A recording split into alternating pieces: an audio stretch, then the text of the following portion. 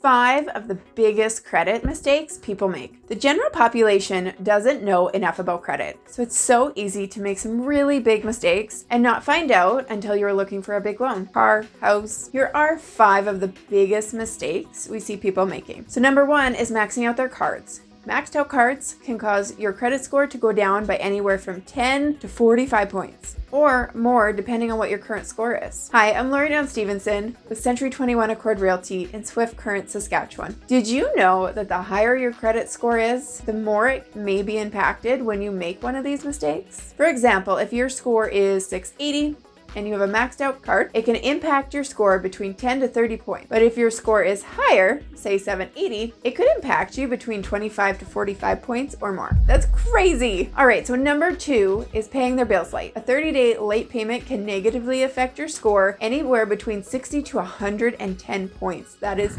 outrageous. I have seen clients who have been pre-approved, found their dream home, and when the lender went to recheck their credit score, it had dropped over 80 points due to it being late on one payment. Sad to say, they were not able to buy at that time. And it takes a long time to be able to rebuild your credit, even from a simple mistake. So make sure you pay your bills on time. Don't let them go to 30 days or more late. Number 3 is too many credit inquiries. Applying for credit is fine, but generally it is said it is best to do it close together. That way they look like one inquiry instead of multiple inquiries spread over months. Credit inquiries can drop your scores. Too many, and you'll find your score too low to qualify. Number 4 is filing for a consumer proposal or bankruptcy. I completely understand where there are situations that warrant this, but if there's anything you can do to avoid these, make sure you do it. These affect your credit score up to 7 years. They tank your score, and it takes years before a bank may be willing to lend to you again. And in a world that runs on credit, it makes it really hard to live.